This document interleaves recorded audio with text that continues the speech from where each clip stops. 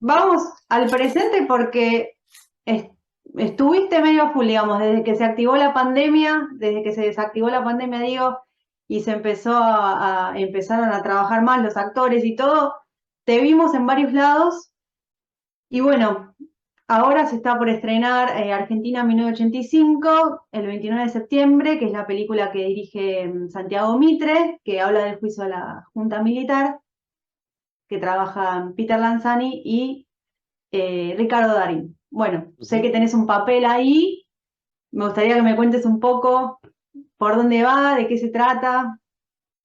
Bueno, lo cuento no para contar lo de Santa Vita, que seguramente en algún momento hablaremos, pero los dos proyectos, el de Santa Vita y el de Argentina en 1985, aparecieron bastante al unísono, muy Ujú. cerca en el tiempo. O sea, de hecho, terminé de grabar una cosa como si era un viernes y al lunes siguiente empezaba la película de Mitre. Claro. O sea, muy pegado en el tiempo. Em, y esto no fue menor para mí, primero porque son dos materiales que tienen que ver con nuestra historia, Ujú. a pesar de que Santa Evita está basado en una novela, pero bueno, tiene que ver con un personaje mítico de nuestra historia como Evita, y la película de Santiago tiene que ver con el juicio de las juntas, una ambientada un poco más en las décadas de los 70 y con flashbacks a los 50 y la otra en los 80, pero los dos materiales eran materiales históricos, y uno para encarnar un personaje eh, el de Santa Vita, que a mi modo de ver era muy particular por cierto carácter íntimo que tiene en su relación con Evita y por cierta ternura. Y el otro personaje que yo sabía que se avecinaba porque tenía la peli era el abogado defensor de Videla. Uh, no Entonces, sabía que te claro, había tocado. este contraste, Mm. eh, lo digo, por eso lo cuento junto, porque me parece que las dos capas de lo que yo como actor tenía que hacer en un momento y luego muy cercano en el tiempo real, digo, Sí, nuestro, es como que no te da tiempo la mente para... claro, claro, para elaborar dos espíritus Sí. muy, muy... no es que yo crea mucho en el sentido de la actuación, en esta zona como de encarnar y del espíritu, pero hay algo de eso.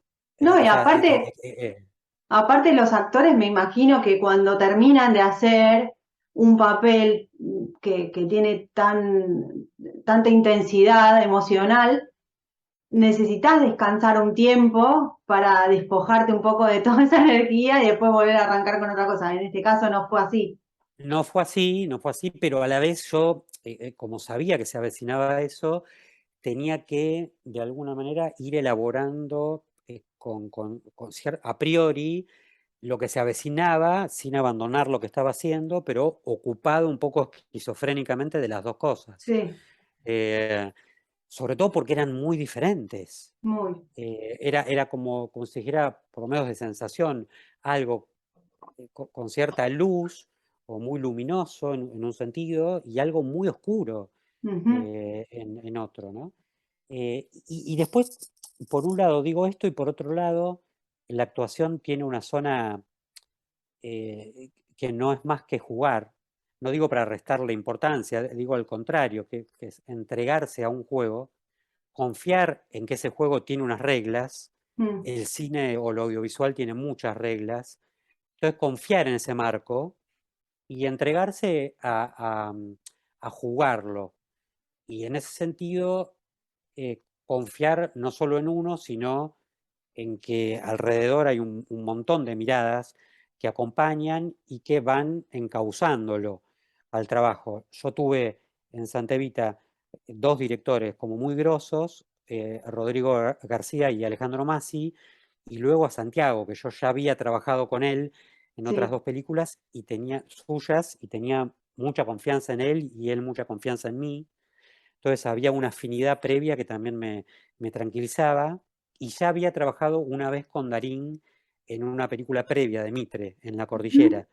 Entonces Y también haber roto el hielo de laburar con Darín no era menor, porque si tuviera que encima tener Carga. un primer contacto con Darín en un set Mm, por una cosa de uno, de la cabeza de uno, porque mm. después es muy relajado y está todo bien. Pero si yo no hubiera tenido esa previa, quizás hubiera estado como un poco más amedrentado o más perseguido. Claro, eso facilitó. Pero Eso bueno, facilitó. esa cercanía en el tiempo seguramente fue porque todo, durante el 2020 todo se frenó y bueno, como que Claro. fue una reactivación simultánea de todo. Sí, los Pero proyectos se agolparon, pero en este caso en particular, demasiado, ¿viste? Porque uno puede decir, mm, bueno, quizás puedes tener una cosa en un año, sobre todo dos cosas tan grandes de estas características, mm, que en producción, me refiero a producciones grandes, que de repente terminar un viernes y empezar un lunes como si fuera una simple continuidad de lo mismo, pero en realidad ser otra cosa, claro, fue demasiada juxtaposición, ¿viste? claro, Como, sí, sí, sí, sí, eh, sí. Y eh, bueno, se va a estrenar en cine, algo que también está muy bueno porque el público, como decíamos, del teatro, lo mismo del cine, el público argentino es muy de ir al cine y apostar al cine como lugar. Está bueno, lo que pasa es que bueno, va a estar solamente 3 semanas de exclusividad, después va a salir en HBO.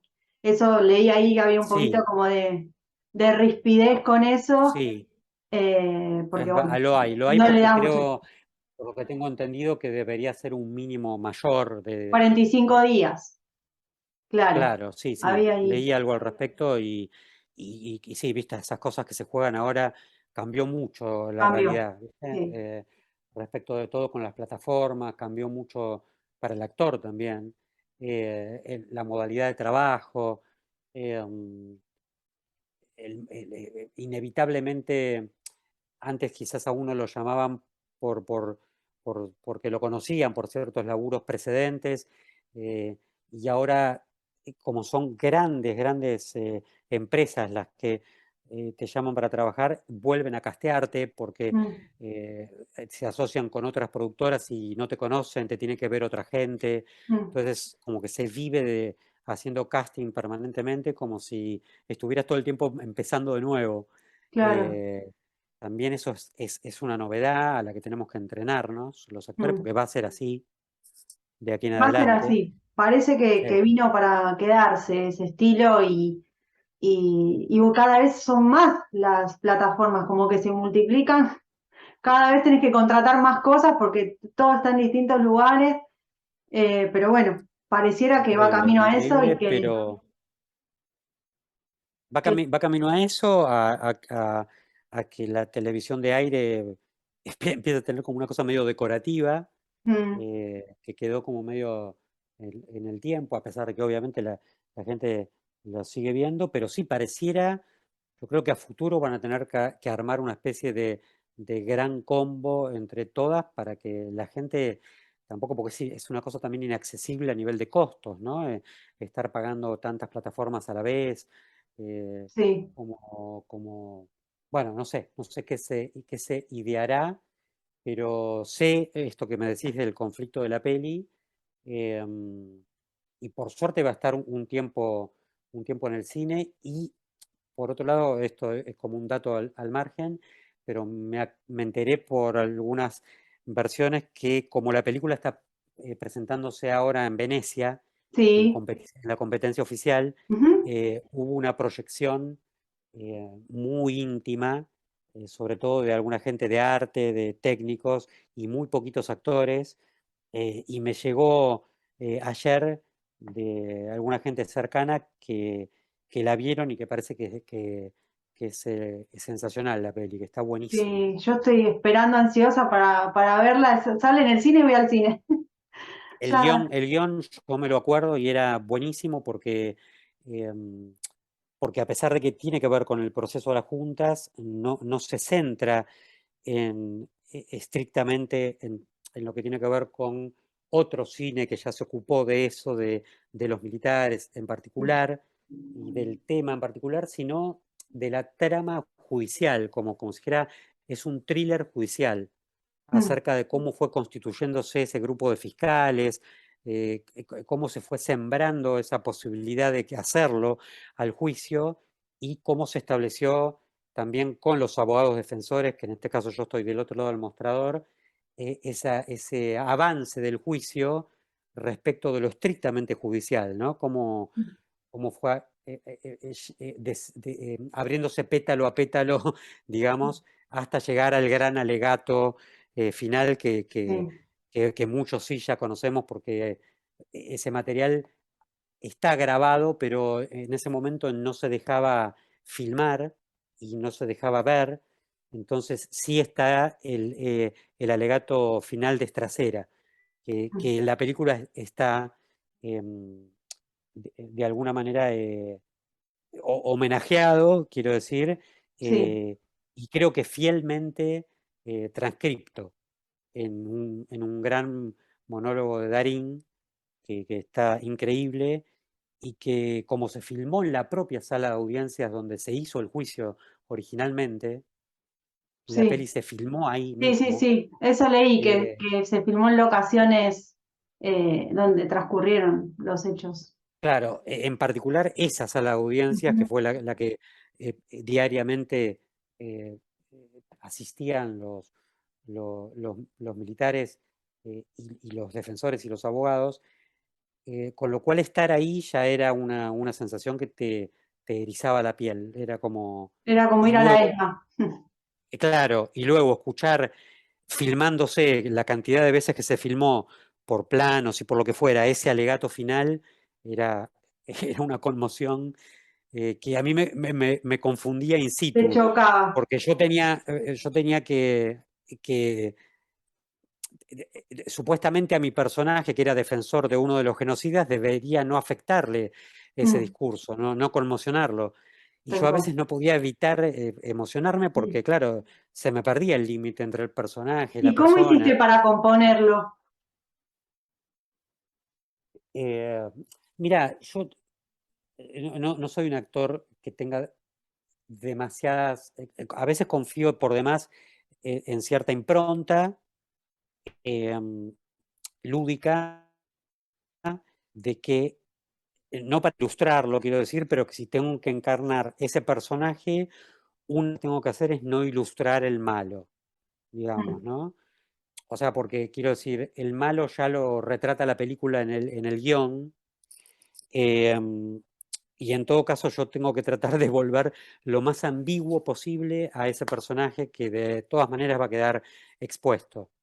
Entonces, una de las cosas de las que me cuidaba mucho era de no hacer una especie de subrayado, ¿viste? claro, Em, de no caer en de el jugar una estereotipo. zona, claro, de jugar una zona más irónica y Mm, después de investigar un poco, eso sí, acerca de la época, al respecto de que, más allá de que estábamos ya en democracia, porque era el año 85, sí. em, la gente en general, bueno, yo mismo, que en el año anterior había hecho La Colimba, por ejemplo, en el Mm, 84, em, habitábamos un mundo eh, en ese presente, digo, un mundo extraño, donde la democracia no estaba tan instalada o lo democrático como nosotros creemos hoy a la distancia. sí, Era frágil, era frágil. era en ese momento un territorio todavía cenagoso, donde había muchos que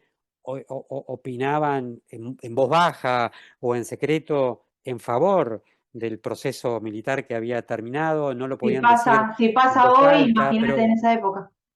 en esa época estaba muy vivo todavía, era como una lava muy vibrante, ¿viste? O sea que todos teníamos, me incluyo, eh, un pensamiento que más allá de que fuera un espíritu democrático, sobre todo yo que era muy joven en esa época, la gente de generaciones como la del abogado que ahora tengo que hacer, Mm, de 50 y pico, era gente que tenía un pensamiento dual, ¿viste? mm. Por momentos tenía un pensamiento que se decía democrático para afuera, pero por dentro era más oscuro. Democrático, Entonces, creyente en Dios.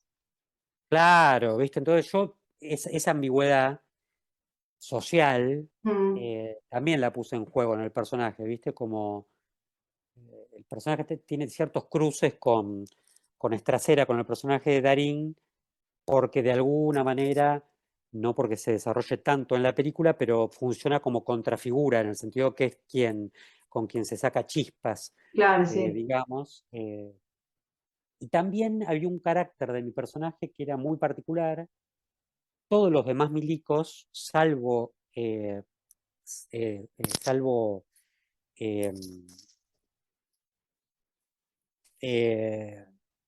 te iba a decir Viola, salvo, de repente Macera. se me fue el nombre, salvo, no, Macera. no Macera, eh, eh, el que te dije antes, qué boludo. Viola. Agosti. Nuestro presidente, Videla. salvo Videla, perdón, por un momento se me fue, tenían un abogado contratado privado.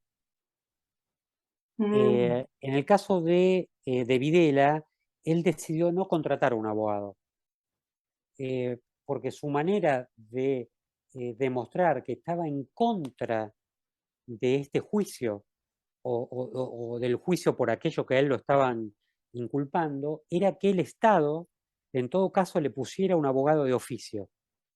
Era su manera de sentar un precedente de que él no quería que nadie lo defendiera, porque sentía que no necesitaba defensa. no necesitaba, sí. Entonces le pusieron un abogado de oficio que le tocó. Entonces no Qué duro. tenía, ¿entendés? Era como que encima, más allá de que yo en la película no tengo desarrollado ese vínculo con el actor que hace a Videla, sí lo conozco mucho al actor, entre paréntesis, muy, muy parecido, luqueado, muy Mm, impresionante, al punto de que a mí lo veía y no lo podía creer. Eh, y un poco charlábamos con él acerca de, bueno, a ver qué vínculo tenemos. Por lo que pudimos investigar, un vínculo bastante pobre, ¿viste? Como el tipo no quería ni siquiera hablar con su abogado. claro, Eh, Él sentía que que el abogado tenía que hacer su trabajo y él lamentablemente tenía que hacer acto de presencia en esa sala de audiencia, pero no iba mucho más allá de eso. claro. Era un vínculo vacío, hueco. Wow. Entonces, hay algo de todo lo que te estoy contando que me ayudó mucho a construir el personaje, porque era un personaje hueco, un pobre tipo, miserable, ¿viste? Y a la vez un poco creído por estar defendiendo, siendo un abogado de oficio Sí, eh, estás defendiendo de a baja estofa, estar semejante defendiendo personaje. al máximo exponente del genocidio. Sí, sí, O sea que tenía un doblez interesante. tal cual. Bueno, felicitaciones por eso y ya la vamos a ver. Bueno, a mí también me da mucha curiosidad.